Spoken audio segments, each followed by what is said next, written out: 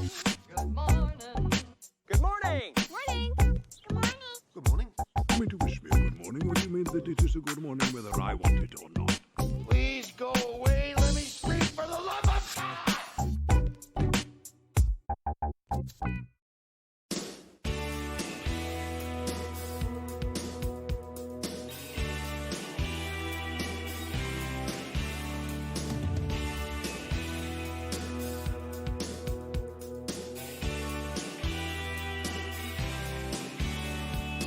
Well, did you, Ben? Forget about me. Boy, did I. Welcome back, mate. Thank you. Thank you. It's good to be out of purgatory. It's fantastic and fun as it was to have Melzy here at the desk, taking your spot, I might add. It just wasn't the same without you. So it is definitely good to have you back. Even though you can't fit past me on the desk. It's good for the... It's good to have the... what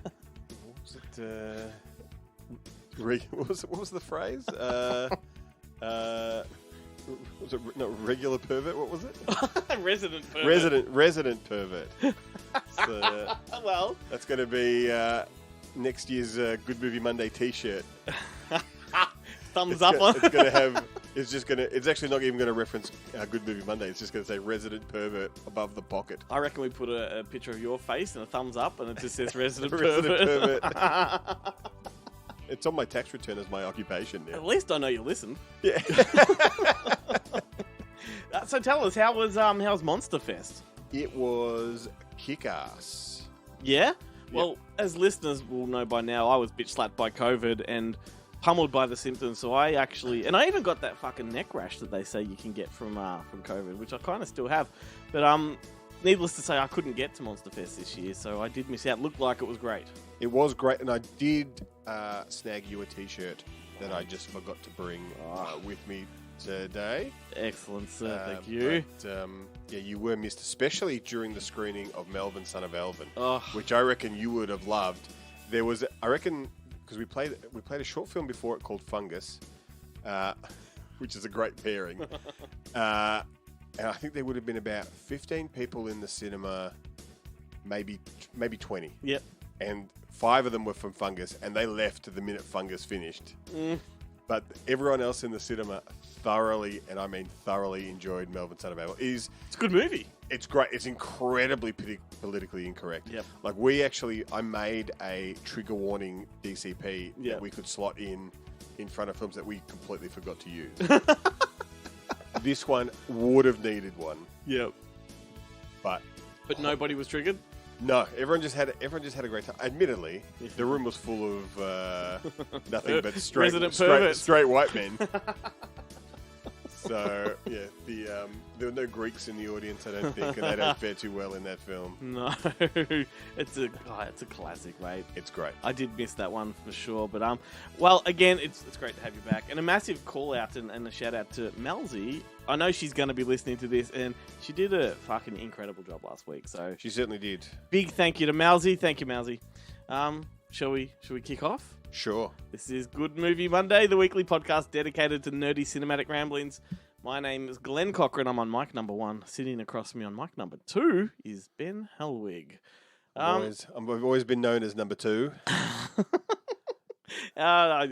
No, I won't go there. Thank you, everyone, for hitting play. This is actually our second to last episode for the year. Woo! Yeah. Ben's looking forward to that.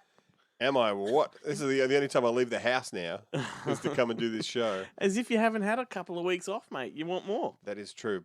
That is true. Today's theme is one that Ben chose ages ago, and as we just discovered off the mic, it hasn't quite played out the way he thought it might. But No, lack of failure to communicate on my part, and honestly, hilarious just in the way that both of our minds work. So we're spending the show talking about 80s teen movies that we've never seen.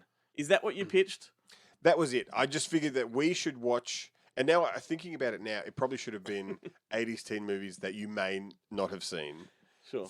To make it, audience centric. Yep. Because I remember, because you texted me earlier in the week, and we're like, so I've come up with a list of a bunch of movies I haven't seen, and in my head I'm like, well, how are we going to talk about those? Like, Yeah, we I know. haven't seen them. It's going to have to talk about lots. Lots. Yeah. We think they There's might be. plenty. Yeah. I mean, and that would be an interesting segment if we just actually took the title of a film that we hadn't seen and tried to guess what the plot was. Yep.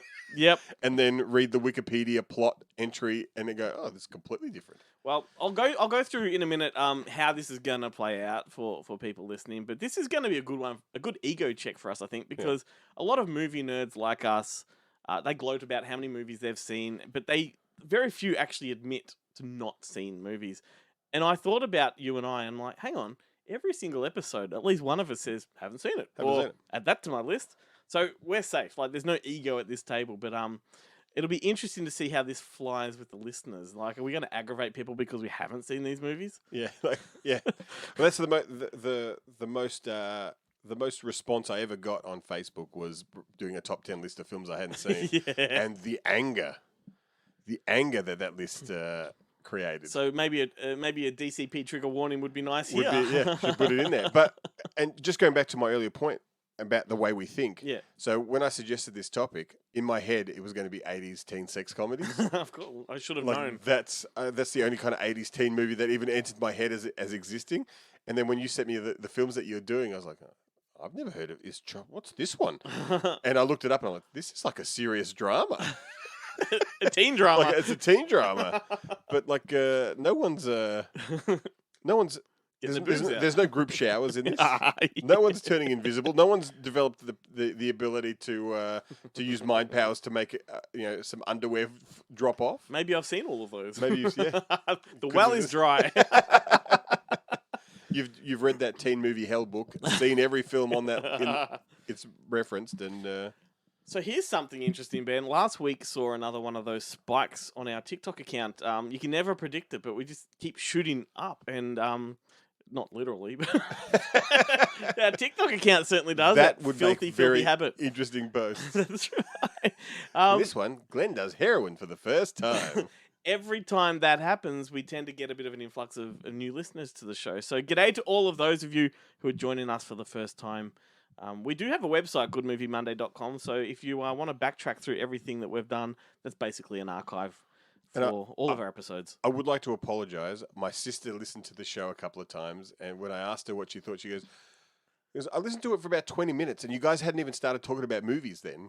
So I do apologise for our opening banter. You know what? The opening banter is my favourite part of It's the the show, favourite, and yeah. I reckon if I was a listener, I'd probably only go that far. I'd turn off then because I've heard all I need to. Yeah. Geez. Anyway, we do have a lot of video content as well, and that's all on the website too. Everything we produce goes up there. So if you wanna watch our bonus content, movie chats, a little bit of gameplay, interviews with famous people, and our spin-off vodcast up late, it's all on our website. What kind of gameplay, Glenn? Oh, guess the movie. Name the celebrity. That's not what I thought. This is like a Fantales kind of gameplay rather than the cock and ball torture I was envisioning / hoping Well, for. I told you they don't call me cock ring for nothing, mate. And I guess it's a good thing that I'm not on the up lates with Chloe. It's like I've on those ones I've seen. You rarely start talking about OnlyFans. No, because what we're doing next year is, you know how in America you had the late show, then you had the late late show. Right. So we're gonna have the up late show, and Right. then that's you and I just reviewing dirty Reviewing the movies. Late Show. No. Reviewing dirty movies. That's quite different. I guess the early show then is us starting that Hallmark podcast. Well, that's still a thing, but I think the up late we'll call it Norks and all. Anyway, let's talk social medias for a minute. Please like and follow us on Facebook and Instagram, and subscribe to our YouTube channel. Most importantly, download the Newsly app. That should be your number one podcast destination. It's a huge resource of all of the world's news, current affairs, entertainment, sports, politics in the palm of your hand. It's a super app that reads the news back to you in a natural human voice. We can get people 3 months premium service if they use our code Monday without the O, MNDAY. That's fantastic. Are you able to upload your own things that then Newsly will read to you? I don't know. I was about to say I don't think so, but I do not know. You might have to explore that. I do believe I got someone to sign up earlier today, but I told him that's what you could do. And he's like, I've got a couple of ebooks that I haven't got around to reading. That would be really handy.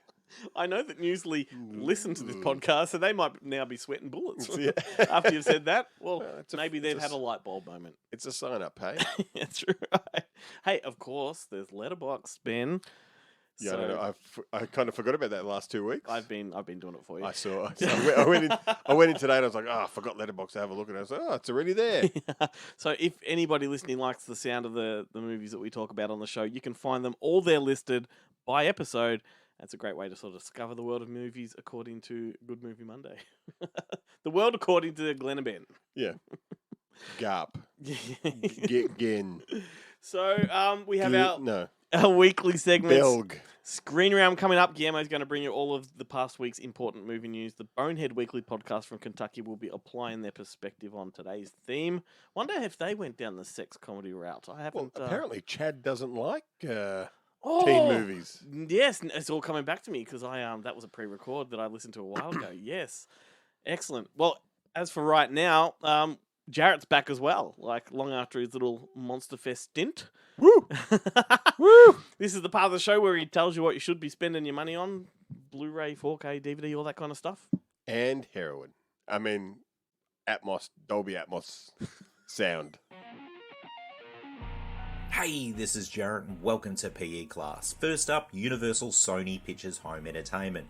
Now from the Paramount catalogue, they're releasing writer-director Parker Finn's debut feature, Smile. It's coming out on Blu-ray and DVD.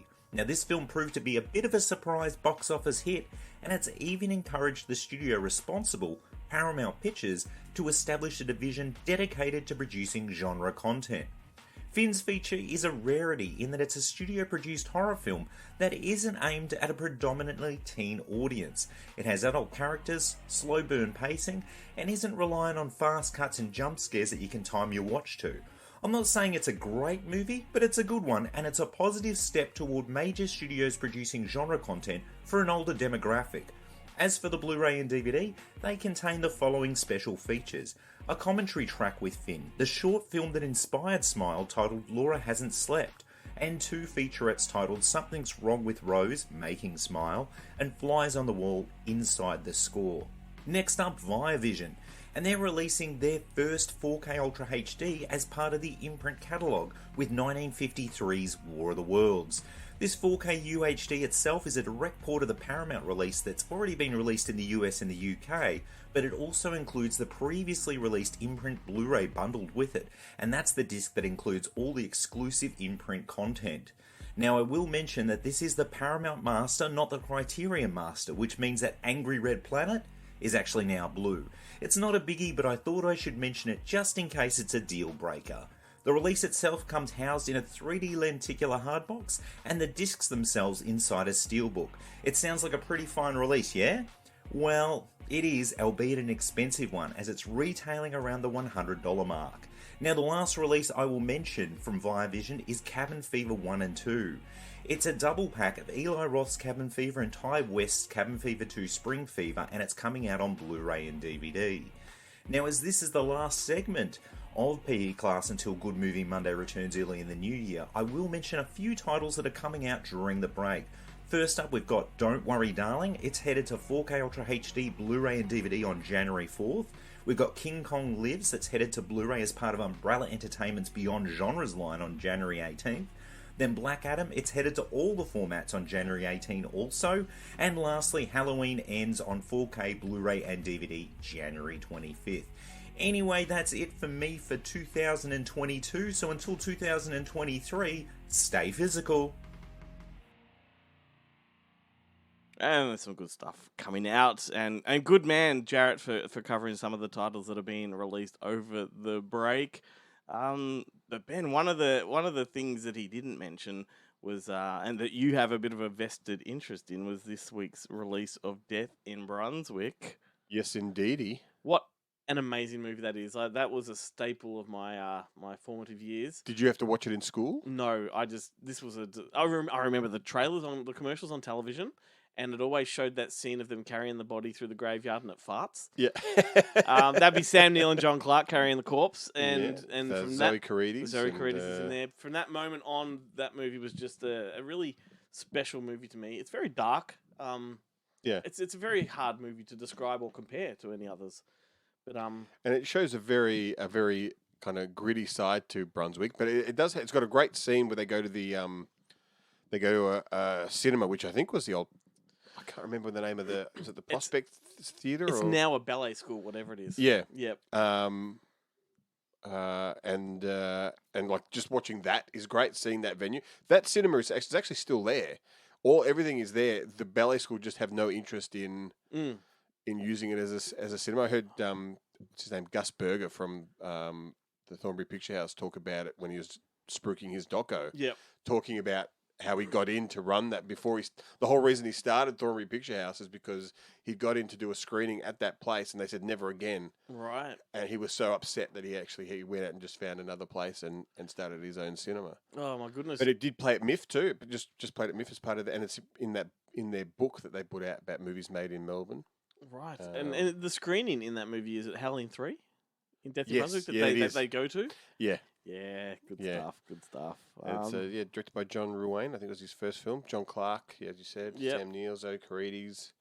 It's a great cast. And if you buy the Blu-ray exclusively on the Umbrella website, then you get a flip-sided slipcase with the VHS poster art and the original Daybill theatrical art. and you would know all about it.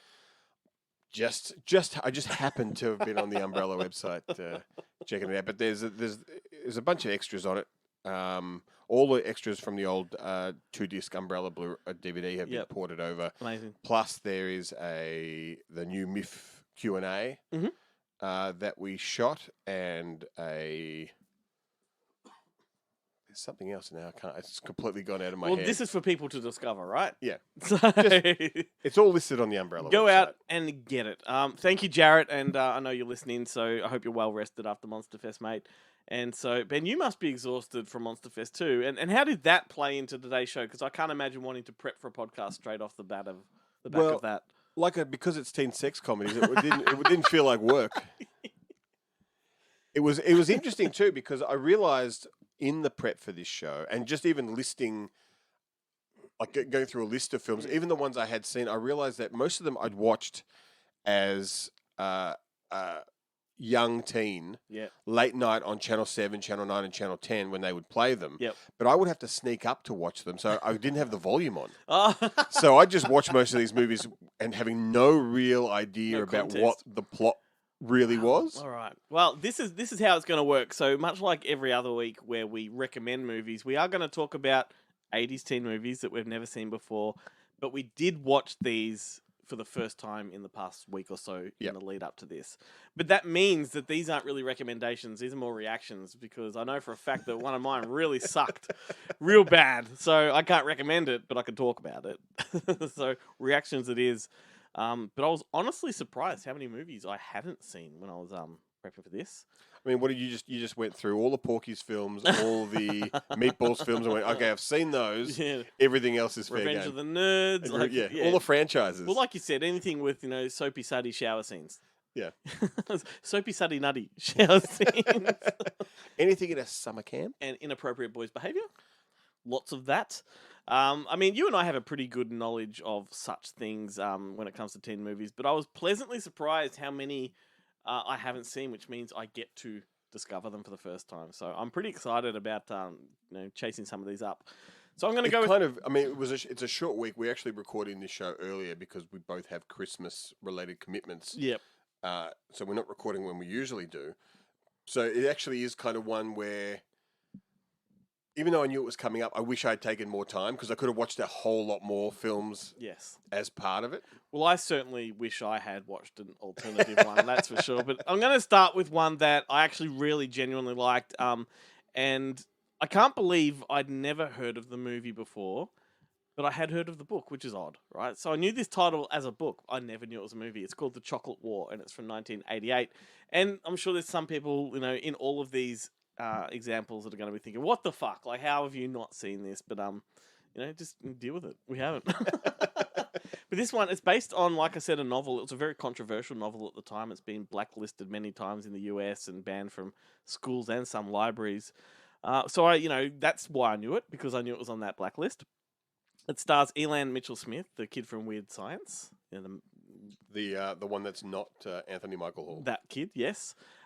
He's the lead. It also has people like Adam Baldwin, who you spoke about on a recent show. Doug Hutchison, the guy that plays Squeeze on X-Files and was in The Green Mile. And yeah. Yep. The guy who's married the 20-year-old. Yes, that Or guy. the 16-year-old. Yes, or that's whatever it is. correct. We'll just move on.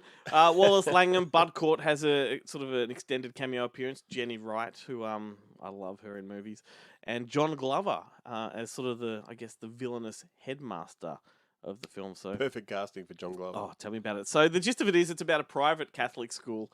And they have a secret society of student pranksters. They're called the Vigils, and they bully and intimidate, and all the selected vulnerable people who they deem to be vulnerable anyway. And then they assign these people humiliating tasks to do in public. And unlike a lot of other movies that have secret societies, they're not malicious in most of their assignments, where it's it might be violence or sexual in nature. They're just things that are going to stir some kind of trouble within the faculty or something like that. And I mean, if this trope of a secret school society sounds familiar, that's because it's been done 100 times. So this film is very formulaic. It's, if you've seen Dangerously Close or The Skulls, there's a little bit of school ties in there as well. I think there's currently 3 TV series yeah. based on this secret college society. Yeah. And well, the focus of this one, the actual plot of the movie is called The Chocolate Wars, because there's a chocolate drive that the school is doing, and it's headed by the John Glover's character, but he's actually stolen or spent more money than he should and doubled up on the inventory. So it's just to sort of big note himself, because he's sort of acting as the headmaster and thinks he's shit don't stink. So he's actually gone well over his quota, and the chocolate's not moving. Right, so he's now in panic mode, and he enlists the Vigils, this society, to start putting pressure on the students to sell. And one kid, the Elan Mitchell-Smith character, refuses to do it because he's been assigned by the Vigils to refuse, trying to cause some trouble. But once the 10 days of that assignment are up, he still refuses to do it, and suddenly becomes a little bit of a poster boy for the other kids, and they all start refusing to do it as well, putting this headmaster in a predicament, blah, blah, blah. And look, in book terms, you can understand why this is controversial, because there's a lot of profanity, there's a lot of psychological and to an extent sexual torment that does go on. It's not in the movie like that at all. However, the movie without that stuff is really well made. The performances are incredible, and I just don't know why I'd never seen it before. Yeah, I'd never heard of it before you sent me the list of the book either. Yeah, right. I mean, John Glover this is one of my favourite roles of his, I must say. Have you ever considered how awesome a buddy cop TV show would be if it starred his name's just got out of my head now. John Glover? John Glover Yeah. and William Atherton. Oh, Like as that's a grumpy pair. that's yeah. How good would that be? Like they'd be like Renegade, except they're both bikers, Yep. Yep. right in the Badlands. Or they could both be solving Catholic crimes. headmasters from opposing Or schools. Catholic. I don't like them with haircuts, but I see where you're going. Yeah, they could have. I like John Glover with like long hair. Like when he he's, has long hair in this. Yeah, when he's like Lionel Luther. Yeah, he looks very Lionel Luther in this, except he's wearing like the black robe, although the brown robe that some of Yeah. the Catholic with the rope around there. Yeah, it's weird. I always think of him too as the doctor in charge of the mental ward in The Mouth of Madness when he's all buttoned down, and you're like, oh, yeah, John Glover. Not a lot more to add. I really enjoyed it, but it's directed by Keith Gordon, who's also an actor, but he has directed movies like The Singing Detective. He did Waking the Dead, which I think was that. The original Singing Detective, or No, the new the new new one one. with Robert Downey Jr. Yeah, which was Mel Gibson produced, I think. I think so. The Midnight Clear and Mother Night. There are other movies of his as well, and Was Mother Night one of those Video Easy exclusives? I think it was. Back was. in the day. I missed those. And it's on Amazon Prime if you do want to check it out. I do highly recommend it because the final act is just something really special. It's very unique, and you don't see a lot of it in movies. So It's not the because in my head I'm picturing it that it's the scent of a woman end. what I do know, having read up on it, is that the movie changes the ending of the book for its own purposes, but both endings are pretty cool. So yeah, check the movie out. It's a if you like movies, I guess like even I think it's on Amazon Prime. So you can. Just said that. Oh, did you? Sorry. Yeah. And if you like things like Dead Poet Society, that's a good comparable title as well. What's happening, everybody? It's Guillermo here again from Screen Realm. That's screenrealm.com and Screen Realm on YouTube. Kicking off with the scrapping of Wonder Woman 3. That's right, it appears that the planned third film to star Gal Gadot as the DC hero will no longer be going ahead. This redevelopment is part of a restructuring that appears to be in progress following the hiring of filmmaker James Gunn and producer Peter Safran to oversee the DC universe. The Hollywood Reporter broke the news about Wonder Woman 3 scrapping, reporting that Patty Jenkins, who directed Wonder Woman and Wonder Woman 1984, recently gave in her treatment for the threequel, which she co-wrote with Jeff Johns, but Gunn and Safran, as well as Warner Brothers Pictures co-chairs and co-CEOs Michael DeLuca and Pamela Abdi, broke the news to her, telling her that as it stood right now, the project is not moving ahead. There's also strong speculation that the planned next Superman film, which would bring back Henry Cavill as the Man of Steel, is no longer going ahead as well, although that hasn't been confirmed. As always, there seems to be a lot going on and a lot unknown in the DC universe. James Gunn releases a statement that didn't really clarify anything, saying, "As for the story yesterday in the Hollywood Reporter, some of it is true, some of it is half true, some of it's not true, and some of it we haven't decided on whether it's true or not. Although this first month at DC has been fruitful, building the next 10 years of story takes time and we're still just beginning." Later in the statement, which he tweeted, he also said, "We know we are not going to make every single person happy every step of the way, but we can promise everything we do is done in the service of the story and in the service of the DC characters we know you cherish and we have cherished our whole lives." Matt Damon and Casey Affleck will be starring together in The Instigators, a crime drama that's been set up at Apple Original Films. The film will have Damon and Affleck playing two thieves on the run with the help of one of their therapists after a robbery goes wrong. On board to direct is Doug Liman, whose credits include The Bourne Identity, Mr. and Mrs. Smith, and Edge of Tomorrow. The screenplay is by Chuck McLean, who is the creator of the Showtime series City on a Hill, starring Kevin Bacon. There's a sequel to cult classic 1999 comedy Election on the way. Paramount Pictures has officially made the announcement for the sequel, which has been titled Tracy Flick Can't Win. Alexander Payne is returning as director, and the original film star Reese Witherspoon is going to be back reprising her role, and she's going to be producing the film as well. The original film was based on Tom Perotta's '98 novel of the same name, and followed a high school teacher played by Matthew Broderick who finds himself on a collision course with an overachieving student politician, Tracy, played by Witherspoon. It was a satire that drew parallels between the worlds of high school and politics. The sequel is going to be based on Perotta's follow-up novel, and it's another satirical dark comedy that will find Tracy in adulthood still struggling to fight her way to the top. Tracy Flick Can't Win is being made for streaming service Paramount+. A change-up in directors for a planned Bee Gees movie. The untitled Bee Gees film, which Paramount Pictures will be distributing worldwide, was originally to be directed by John Carney, known for Sing Street, Begin Again, and Once. Well, he's reportedly stepped away due to scheduling conflicts, and coming in to take his place at the helm is director Lorene Scafaria, known for the recent strippers drama Hustlers. The project's latest screenplay draft comes from John Logan, the Oscar-nominated screenwriter known for The Aviator, Skyfall, Rango, and Sweeney Todd, among other projects. And finally, Rush Hour 4 is officially in the works. Jackie Chan himself confirmed the news at the Red Sea Film Festival in Saudi Arabia, saying, "We're talking about Part 4 right now." He also said he's going to meet up with an upcoming film director, but he didn't mention who it was. Jackie Chan and Chris Tucker were part of 3 Rush Hour films, all directed by Brett Ratner, but probably don't expect Ratner to be returning at the helm, considering the allegations that had been brought against him. That about does for me, everyone. Be sure to hit up screenrealm.com for your latest movie trailers. We've also got reviews, giveaways, and your latest Australian streaming release schedules. And as always, Screen Realm on YouTube. Thanks so much. Catch you next time.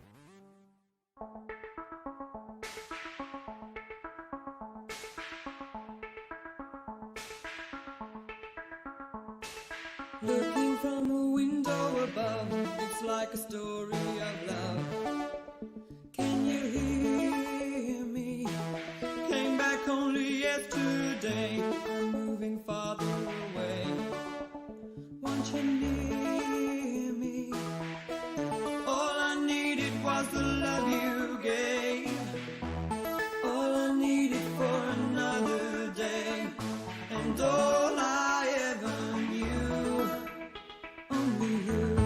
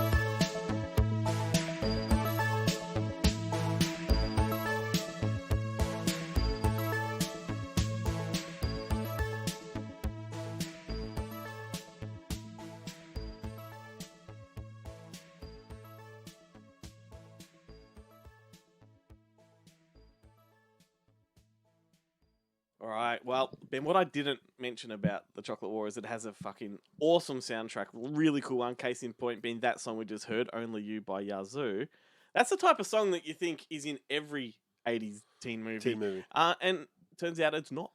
And that song actually has some really great covers. There's one that I caught on Rage one morning, and I didn't realize it was a cover, which is like it's an a cappella Right. version, and the guy singing is a guy who I'd just seen playing a toothless villain in an episode of The Bill. And I was like, "Who's this guy? Was a singer? Like in The Bill, he's playing like he's a racist scumbag thief." Yeah, right. And in this, he's like they're all in a pool hall or a pub, a British pub, singing "Only You" in really high pitched kind of a cappella. It's amazing. It's a great song, whichever way it's sung, I reckon. But one thing I didn't mention about the movie was the interesting bit of trivia. The music budget for the film was about $15,000, I think it was.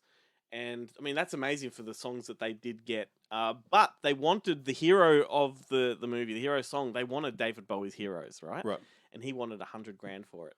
And so they thought, nope, we're not going to do that. And they chose Kate Bush's Running Up That Hill, which now, 30 years later, is the biggest song of the year, thanks to Stranger Things. Yeah. And having watched this movie with that song in mind, because I've heard it all over TikTok and YouTube, like, it just felt more powerful.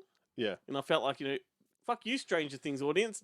I'm watching the original. Like, this is where the song really comes from. This is where it made it famous originally. So famous, I'd never heard of the movie. All right, let's find out what your first discovery is. All right, so I'm going to go way back to 1985. And You say way back Way because we're talking about 80s movies. Yeah. Of course you're going way back. it's right in the middle. It's right in the middle of that back time. And this movie, to be honest, I've known about it for years. I've seen clips, the specific clips of it for years, and I bought the Blu-ray, and the Blu-ray from the import from the US, it ain't cheap. I still didn't watch it. I've had it for a couple of years. I feel like I've cheated by choosing one I'd never heard of before that Yeah. I discovered in my little exploration, whereas you've gone for one that you've known about for a long time, should have watched but never did. Well, I think I've told you this off mic before, but when we were coming up with all the themes for the show at Yeah. the start of the year, I literally just looked around my DVD and Blu-ray shelves and I was like, what movies haven't I seen that I really want to watch but I just never get around to? And then tried to make themes around Shoehorn those. it in, yeah. Yeah. Yeah. I'm still disappointed we didn't get to do that Jungle War one because I want to watch that Toy Soldiers. There's always next year. There's always next year. But this one is like not embarrassing, but I'm surprised, and I think people out there would be surprised that I haven't seen Okay. it. It is 1985's Just One of the Guys, Oh, goodness me. which is it's such an interesting teen sex comedy because it's almost the antithesis Yeah. of a teen sex comedy. It's directed by Lisa Gottlieb, who I think did a couple of episodes of Freddy's Nightmares after this, and Yeah. some other bits and pieces, but never, never anything huge. It stars Joyce Heiser, who plays. She's a high school student. She's super attractive. She's got a incredibly good-looking college boyfriend. Yep. Everyone in the movie is sexually active, Yeah. including her 15-year-old little brother. But at school, she wants to become a journalist, and she submits her. They've got a competition where you can win an internship at like the Tribune, so a newspaper, and she submits her application, and she doesn't get it, and she asks her teacher why, and just prior to her asking the why, her teacher and another teacher, male teacher, are talking about how hot some of the students are. And how you can go to jail for saying things like that. It'd be worth it. Like there's a lot of politically incorrect stuff going on here. It's the best thing about the 80s. But she, and so he tells her, look, it just her work wasn't good enough, Sure. and he needs to. I can only submit people for this competition who have a real shot at actually becoming journalists. And why doesn't she take up something like modeling? Or something like modeling is so much easier than Yeah. journalism. And so she gets it into her head that it's because she's a girl, and so she goes home and cuts her hair short, compresses everything, Mm-hmm. and becomes a boy, Yep. and then goes to a kind of a competing, much poorer high school, where she plans to submit the same piece of writing Yep. and get into this competition. The kind of the trick of this movie is that when she does that, it's also rejected because the professor there says, or the teacher is like, look, your writing is great, but these stories are boring. They've got Yeah. no hook. Like, you're not grabbing me at all with Yep. any of this stuff. And it actually, so it's a really interesting thing that it actually had nothing to do with her gender. It's that her work actually just wasn't up to scratch. Yeah. But in Yeah. doing that, so then he actually tells her what she can do to improve and how to do it. And that kind of leads to the rest of the story. It's like the gender version of Soul Man, where you know, Yeah. like you're putting yourself in someone else's shoes. 100%. 100%. This film has a phenomenal cast. So I've mentioned Joyd Heiser. Clayton Roma, who's played like a nerd or a wimp in millions of movies, is kind of the love interest. Billy Jane is her horny little brother, who is hilarious. He's 15, but all he wants to do is get laid. He decorates his entire room with Playboy magazines, and no one bats an eye, really. Tony Hudson plays her best friend. Tony Hudson was in School Spirit and a couple other awesome films. But our good friend, and I say that, he's not really, William Zabka from Karate Kid / Cobra Kai is like the popular girl at the new school, who's played by Deborah Goodrich from Remote Control, that I only watched for the first time a couple of weeks ago as well. And he's totally insecure, and all he does is beat up nerds and anyone that talks to her. Right. Okay. So he's kind of the villain of the film Which is what he did best in the 80s. in the 80s. Yeah, Yeah. totally. That's it. Yeah. He's like James Spader when James Spader was being an asshole. I think the only movie in the 80s he wasn't he was a douche but not an asshole was in European Vacation. Yeah. He's Yeah. so good in that. So good. Ari Gross also pops up in this Yep. one, and a very young Sherilyn Fenn. Oh.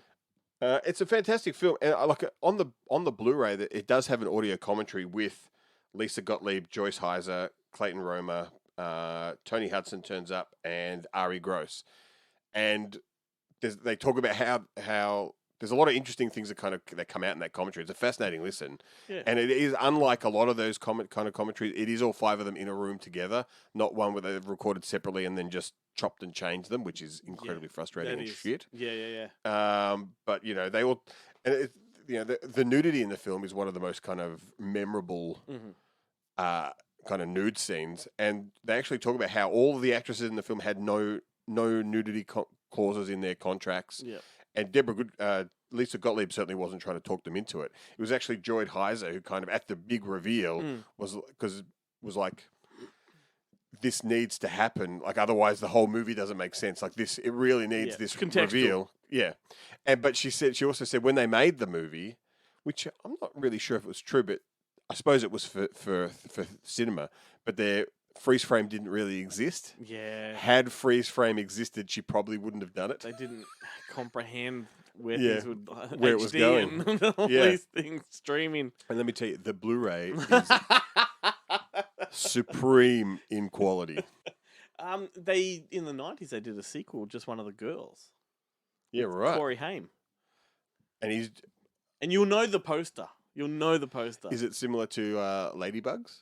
Well, isn't the poster for just one of the guys? She's got two soccer balls. She's got two. She's in holding the the she's in the over her locker room breasts? with a bunch of naked Yep. guys behind her, Yes. and she's got the two soccer balls covering Whereas her the chest. poster for the sequel has Corey Haim in a cheerleader's outfit Yeah, with pom poms in front of the lockers, and I think his wig's come off. yeah, right. Yeah. And that's the interesting thing about this film is that it does only really have that one kind of nude scene. Yeah. The rest, it's all the exact opposite. Like, she's in the locker room trying to figure out a way to keep her clothes on where all the guys are naked. Yeah. And that's kind of and she going to the toilets. Like, if it's the other way around in a traditional sex comedy, it's always even in was it Animal House? I think when they dress up as the girls, Yep. and they're all like in the women's toilets, seeing all of them in their having their shower and stuff like that. Yeah. This is like the kind of the exact opposite, where it's all about her trying to avoid looking at these things And that and might, keeping yeah, her clothes I mean, on. That relates to the story, but also might be the benefit of having a female director. Mm. The different sensibility. But Yeah, totally. and I think did they also they remade it with Amanda Bynes as She's the Man with Channing Tatum as well. Yeah, right. But this, it's a soccer movie. Loose remake, like Yeah. conceptually. Yeah. Yeah. It's just a gender swap. Yeah, I always yeah. think. Yeah. I mean, like certainly the just one of the guys plot is not wasn't the first time that ever came about. I wouldn't have thought. Well, here are just some of the guys. Welcome to Bonehead Weekly Fun Size. We're talking 80s teen movies we've never seen. And Chad says they don't have to be obscure. And I say, hi, Pickles. And then I say, if I haven't seen them, they're probably pretty obscure. Chad's got one he said isn't obscure, but mine's obscure as hell. I had never even heard of this movie till I started looking it up. It's called 1987's Nice Girls Don't Explode. A young lady is kept away from boys by her overprotective mother because flames tend to spontaneously erupt whenever her hormones are aroused. For her protection on a dinner date is carrying a fire extinguisher. Yeah, that's what I said, Pickles. It has Wallace Shawn in it, gentlemen. Erwin Keyes, Barbara Harris, William O'Leary. These other people I don't know. I was more about Wallace Shawn. Have you guys even heard of this movie? It's directed by a guy named Chuck Martinez. Didn't do anything of importance. Paul Harris, who wrote it, did nothing of importance other than some Our Gang documentaries. I've never even heard of this picture. Have either of you? Never heard of it. I don't even know where I'd find it. You have to search for it on DVD, it looks like. So I'm just happy that no one else has ever heard of this movie except, well, no one's ever heard of it. But it's got Wallace Shawn in it. How we didn't see a Wallace Shawn film? I've seen I Our don't Dinner know. with Andre. Inconceivable. Inconceivable that they haven't seen this. Chad. All right, so mine's a big one. So I figured I'll get a lot of No, grief it from you. isn't. And it's one of my favorite writers and directors. Smoke and Mirrors. Nope. 16 Candles. Never seen it. How have you never seen 16 Candles? Would you like me to sing the song that has nothing to do with the movie? No, I just never got to it. 16 And, Which doesn't really play that often in the movie. we don't have time to talk about how I am not a big fan of teen movies anyway. So it just kind of bypassed me. I never saw 16 Candles. I attempted to watch it about 3 years ago. I got through the opening scene of her talking to her dad, and then I shut it off. I'm like, I Well, you can't didn't do even it. get to the good part. You didn't even get to the culturally insensitive parts that no longer will people tolerate. No, and I don't know what those are. I've just never seen it. I never had a desire to watch that. It's There's not that one. Bad, but it's not as great as people remember. But it's a Yeah, pretty it's good just- movie. Yeah, I don't know. I could never make myself watch it, and I don't see myself ever doing it anytime soon. You really should. It has a great performance. I can't remember the actor, the lead, Paul. I can't remember. It's not Paul LeMat. It's Paul something who plays her dad. Is a fantastic character actor. I know. I know. Yeah, he's great, but And Anthony Michael Hall's funny, and it has the whole thing with the underwear. Yeah, you should watch it. That's okay. I'd rather watch Be better. Morons I from think Outer. Weird Science sucks. I'd rather watch more. Weird Science does not suck. Yeah, it does. Nope. Sorry, James. Go. It does. Go ahead, Jay. I give you an 18 and probably won't be seeking it anytime soon, though it does have a great cast. And the tagline, the ice, the fire, the fight to be the best. Ice Pirates of Doom. Starring Rob Lowe, Patrick Swayze in a couple scenes, Keanu Reeves, a 17-year-old farm boy is offered an ice hockey tryout. His brother drives him to Canada. He has fast legs, slow fist, but is chosen. Will he learn to use his fist and play ice hockey the Canuck way? That's right. Youngblood, 1986. I love Young Bloods. I've never seen it. Oh, I loved Young Bloods as a It's kid. I haven't Youngblood. seen it. It's singular. Young you're Blood. adding an I S. haven't seen it since as an adult, but I loved it as a kid because I liked hockey. You grew up in Waddy. Yeah, I know, which is why I can never play it, which is probably why I liked it so much. Yeah, you never failed at it, which means it's a lot more fun, right? I mean, And it- once you fail well, something, you're like, "Ah, this And the sucks." problem is, I really loved hockey, and then I watched an ice hockey game, and I'm like, oh no. Really? I actually enjoy. I haven't done it in years, but when they had the Men of War in Lexington, that was actually kind of fun watching. Live and on TV are two different things. I like watching. It's I like it's watching like auto live. racing. It's like Yeah. NASCAR, right? Oh, Well- yeah, I enjoyed watching live hockey. But By on the way, useless Youngblood trivia. Keanu Reeves had skating ice hockey experience in college.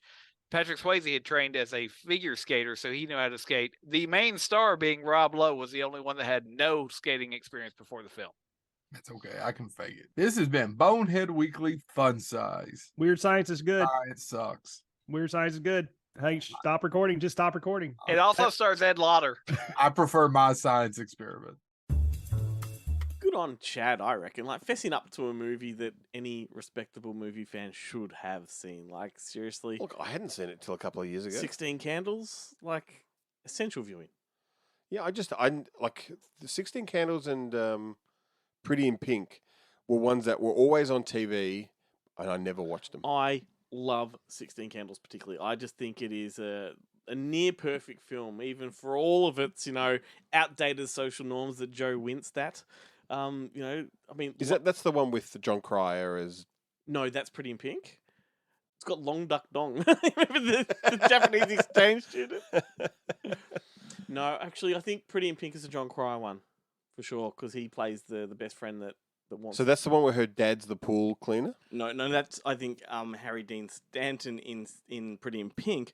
In 16 Candles, she comes from sort of a like a middle class family, and they forget her birthday.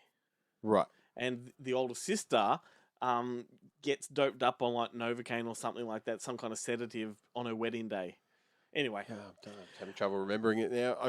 Like it's all blending into one. Which is the one with James Spader and that's Pretty in Pink? Pretty in Pink, yes. And Andrew McCarthy? Pretty in Pink, yes. This one has the other guy in the knitted sweater as her love interest. I can't remember his name. He's like a good-looking guy that he vanished from Hollywood completely. Yeah, I wrote about him a while ago, actually.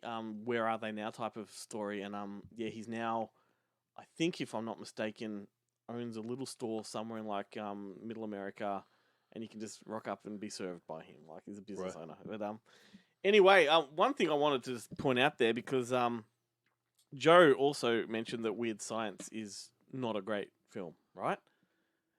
Right. So nonsense. Yes. So what I'm getting at here is how can we possibly take his hate for Halloween and seriously when he says that Weird Science sucks? Yeah. Like, where's the integrity? Yeah, look, I think it's just highlighting the kind of shows that Joe likes, which means that we never have to take any of his opinions seriously from now on. Anyway, it is my turn again, and before I start, are there any notable mentions that you want to lay on the table? I might save mine for a bit later, but if you want to throw some out there, So many, these are ones I've actually seen. oh, ones that you've actually seen, These are 80s teen movies that I've seen that I think people should see in case they if haven't. they haven't. All right. I already talked about Melvin, Son of Alvin Yes. Okay. earlier in the Would show. you call that a teen movie? He's a schoolboy. That's true. In the film, he's at school. It's true. He gets harassed in the toilets. Because the whole premise of Melvin, Son of Alvin. So Alvin Purple is the conceit of Alvin Purple was that he's the sexiest man alive, but Graham Blundell is a kind of a short, shrimpy kind of guy. And for our international listeners, these are Aussie films. These are Australian films. So Melvin, Son of Alvin took a different tack in that it stars Jerry Sant, who was like a male model prior to getting this kind of role, but he's terrified of women. So even though he has his father's animal magnetism, he's terrified of it, and he's been harassed. And it's because he's been harassed since he was a young boy. Like even at the hospital. Yeah. All the nurses and all the other mothers are constantly shoving their tits in his face, and he's terrified of them. But I have a DVD of it, but I can't wait to get the Blu-ray.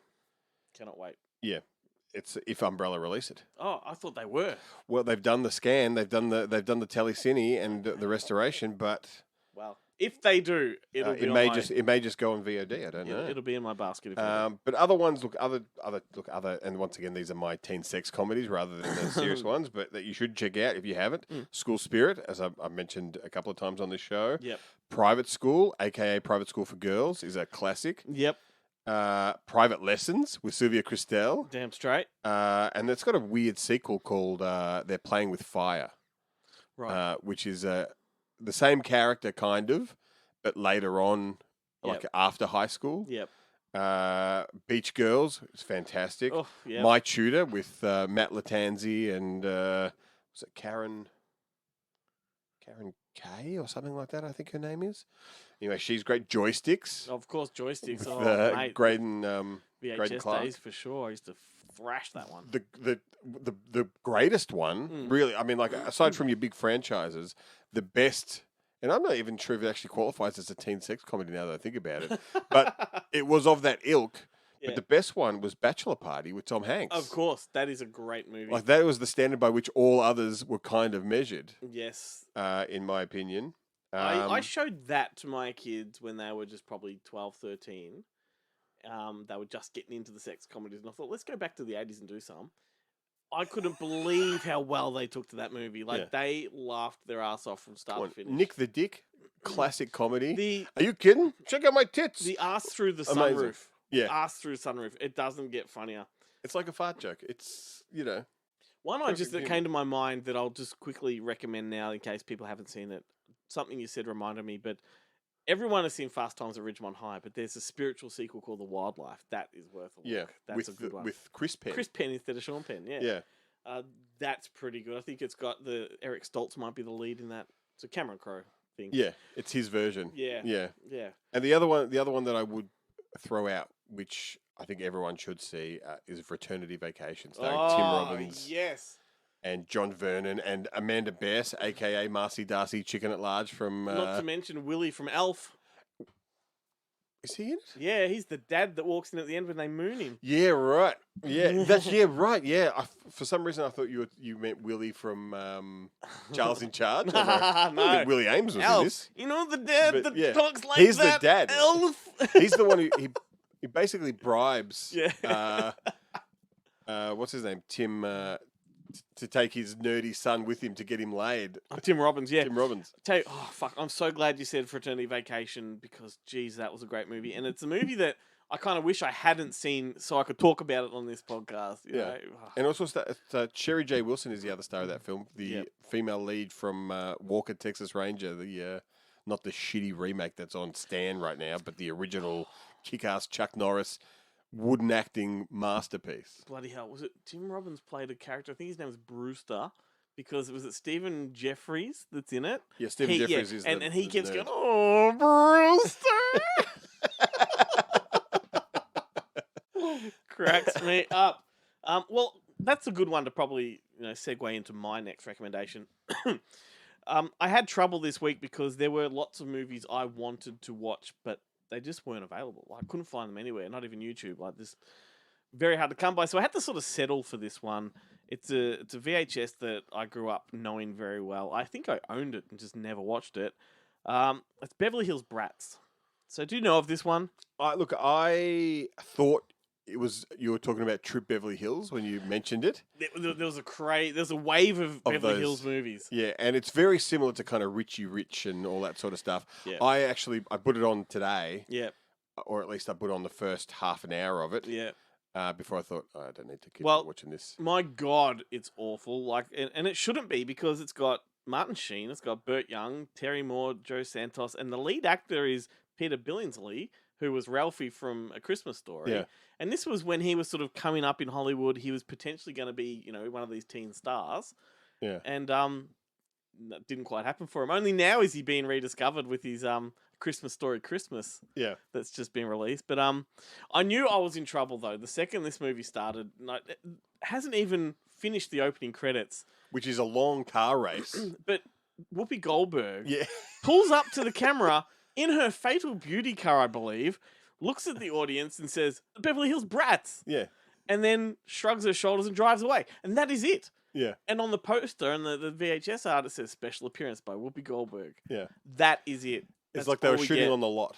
Yeah. On the same lot, and they, which I actually quite enjoyed. I thought the editing was so clunky with it. That was what ruined it. Had she actually driven up properly, but it was just like a weird jump cut to her in the car. Well, yeah, it's like an insert. Like And the thing that's so kind of upsetting too is that it's the older brother and sister who aren't really the main. They're not the main character. No. So it's such an odd opening to focus on of them racing through the streets of Beverly Hills in like a Maserati and a Well, Toyota. it's just to show that something. they're privileged and That they're spoiled. super rich. Yeah. So the premise is that Peter Billingsley is the son of a very wealthy plastic surgeon who's played by Martin Sheen, and the family are the stereotypical self-centered, narcissistic rich people that we all know, in the movies. But this kid feels ignored. Well, he is. He is ignored. Yeah. Justifiably so. He convinces a crook, played by Burt Young, to kidnap him so that the family will actually notice him. That's the weird thing about this is that there's two sets of villains. Yeah. There's Burt Young and his buddies who are like just kind of lovable losers almost. And turn out not to be villains, even though they're crooks. Yeah. Yeah. But they're just trying to make a buck. Whereas then you've got Joe Santos from Rockford Files. Yeah. He's like the lieutenant in Rockford Files. And the guy who's like, he's always plays a villain in Clint Eastwood movies. Like he's in Hard Times, he's the Yep. not the main guy that he fights, but like the second main guy that he fights. He's a bald. He's always in prison movies and stuff. They seem to be the real bad guys, which is so incredibly odd. It's just an insufferable movie, mate. Yeah. Like it's an insufferable plot. It And plays. then Mrs. Howell is his grandmother from Gilligan's Island. Oh, that's right. Jesus. But she's like has a totally throwaway It's part. I think it's her last film. Was it when she's playing poker at the table? Yeah. yeah. I think it was the last thing she ever did. But it plays like a satire, which is really weird as well. And the only time I laughed throughout the entire movie was when Martin Sheen and the family are doing like a live news broadcast sort of interview, and like his comments back to the newsreader amused me a little bit. Like it wasn't hilarious, but I thought he delivered them well. What I did like about it is 80s technology, about how like they've got like the supercomputers and all that sort of stuff in their house and, and everything, and that's kind of cool. Like even though it's like to this day we don't have stuff like that. I know, but I mean, I just wondered watching this, and I made it probably 3/4 of the way through before I just stopped it. I just couldn't get to the end, but. What was Martin Sheen thinking? Like signing on to this? Well, I my mean- guess is it was just that wave of Beverly Hills movies that were popular. You know, Beverly Hills Cop started it, and then everything was Beverly Hills something. Was it the guy that played Matlock? I think what was the movie Matlock? No, the guy that was in that New Zealand movie that we talked about a while ago, the Zephyr film with Donald Pleasance. Who was the handsome guy in that? The Taking of Beverly Hills. The guy in that. That's the movie I'm talking about. Anyway. Not Michael Paré. That kind of guy. The guy from Wise Guy. Yeah, Wise Guy's what I'm not Matlock. Wise Guy. He's in the Taking of Beverly Hills. That was also one of those, start of a trend. Anyway, I'm sort of just blabbling on That's now. upset me now that I don't know who the guy from Wise Guy is. I can't remember his name. Yeah, he fell out of Hollywood. I think he had an incident or something. Anyway. Ken Weil. Ken Weil, that's it. Yep. He's just messaged you, mate. Yeah. His ears were burning.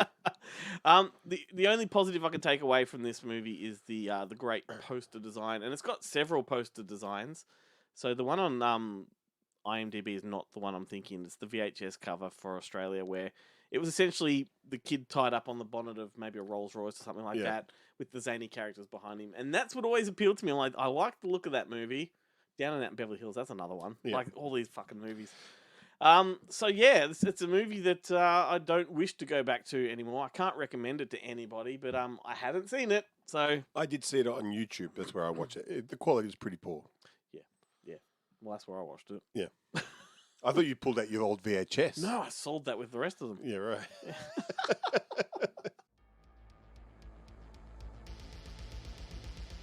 Good Movie Monday is made possible with the support of people like Viewlorium.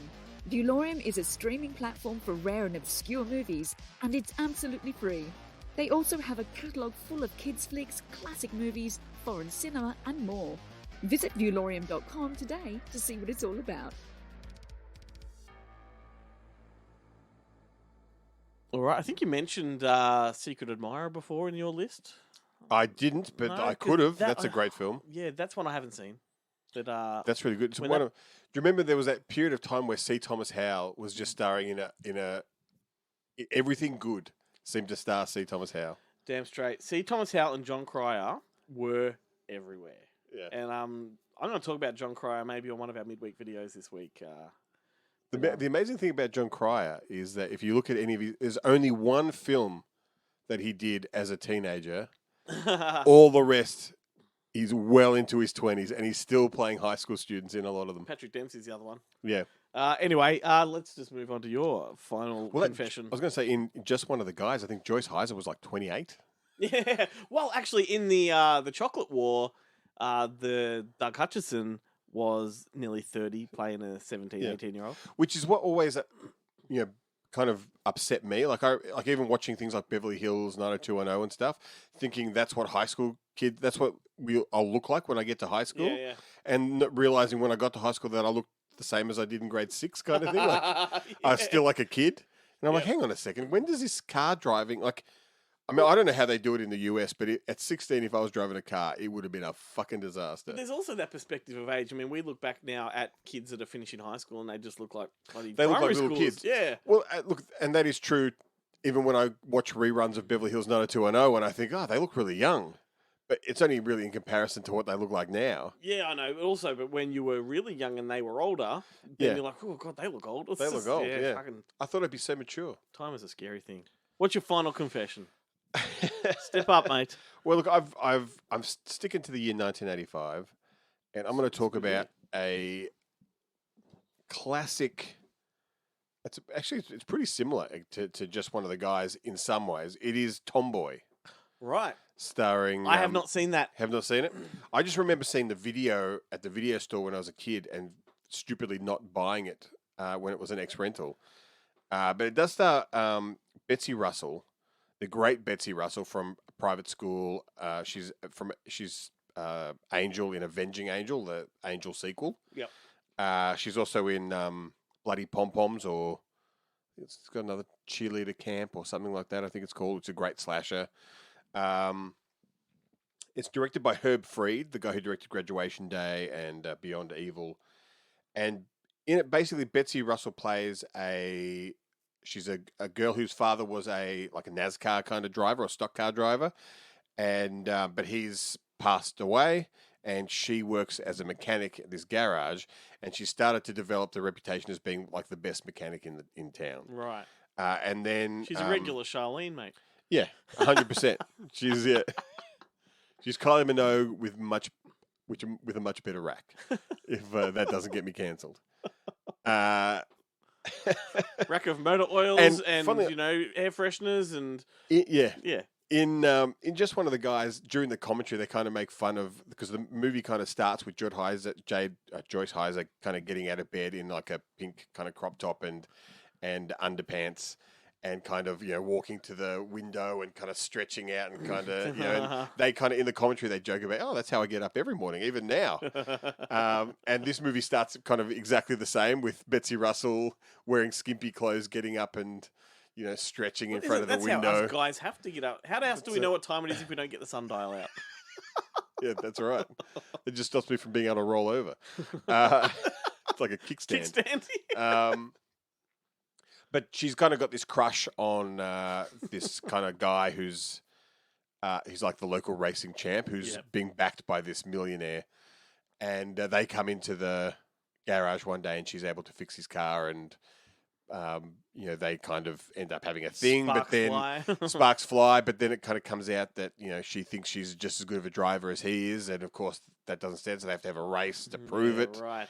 And, it's a bit ridiculous, only because she doesn't seem to have actually ever driven a car in a race before, and he's like a local champion. Yeah. But, all that aside, it is a kind of a fun film to watch. It is a bit more clunky than just One of the Guys, which is probably one of the better filmmaking examples. Yeah. This one, either they fucked around with it in the edit, or they just never had it in the script. But there's a lot of weird story inconsistencies and bizarre leaps of logic that have always bothered me in film. Yeah. But it is still a pleasant way to spend 70, 80 minutes, whatever the runtime is. And look, you just can't go wrong looking at Betsy Russell, to be honest. Sounds like a recommendation to me. Yeah, look, definitely worth checking out. Like, if you're going to do the Betsy Russell trilogy, then it's going to be Private School, Tomboy, and Avenging Angels. Like, they're the... Although, I suppose quadrilogy, because you've got to do Cheerleader Camp as well, because that's pretty fantastic. Although I think in Cheerleader Camp, the thing that's so ridiculous about Cheerleader Camp is that she's the ugly girl. All right. It's like she's the team mascot, the cheerleader mascot, because she's not good looking enough to be a cheerleader. That's Kathy Ireland in Alien from LA, isn't it? Like, put some glasses on her and she's the ugly chick. Well, just open her mouth. Like that voice that she does in the film. Jesus. It makes me want to bash her head in with a rock. Stop talking like that. It's a bit extreme. It is a bit extreme. But wait, go and watch Alien from LA and then tell me that voice doesn't it's like nails on a chalkboard. Indeed. All right, well, with that. On that bombshell. That brings us to the end of the show. Let's continue this chat on a video, though. So sure. Tomorrow night's video, we'll talk about some more movies that we haven't seen and actually haven't seen. The ones that we haven't had time to watch. And that'll be interesting conversation. How do you talk about movies you haven't seen? We'll find out. I have no idea.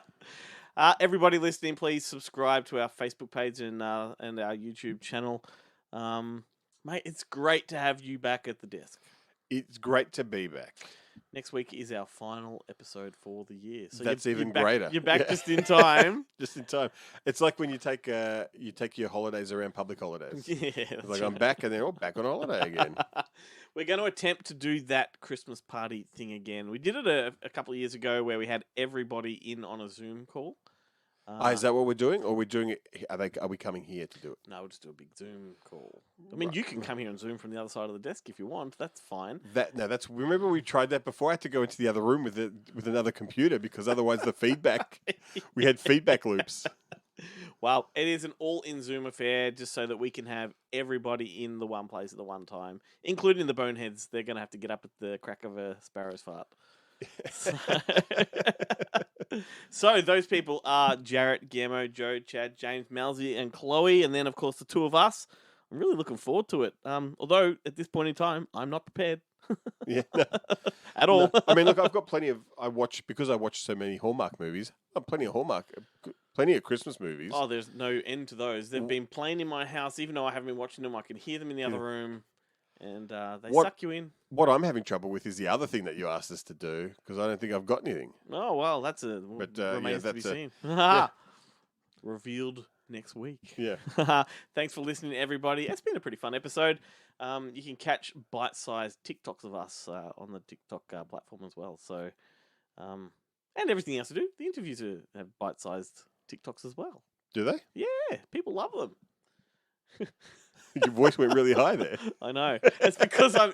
Because you're full of shit. No, as you know, I'm still combating the COVID cough. Yes. So the whole time I've been talking, I've been trying to hold it in, and maybe it's just coming out like in a wheeze.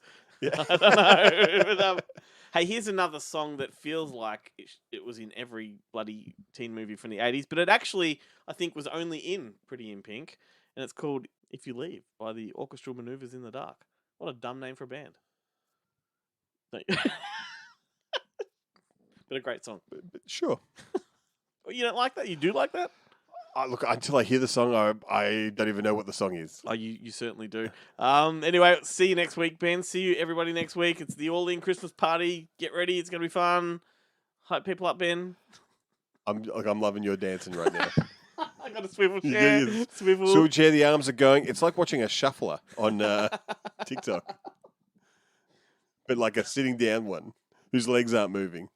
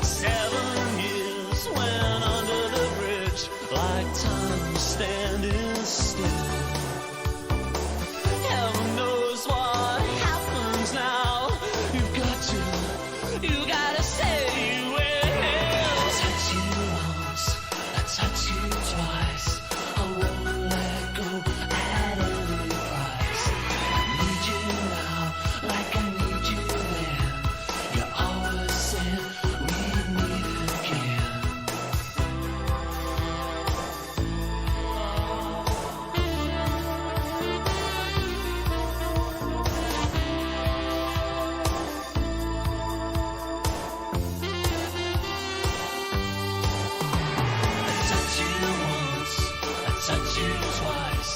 I won't let go at any price. I need you now like I need you then. You always said we'd still be friends. I touch you once, I touch you twice. I won't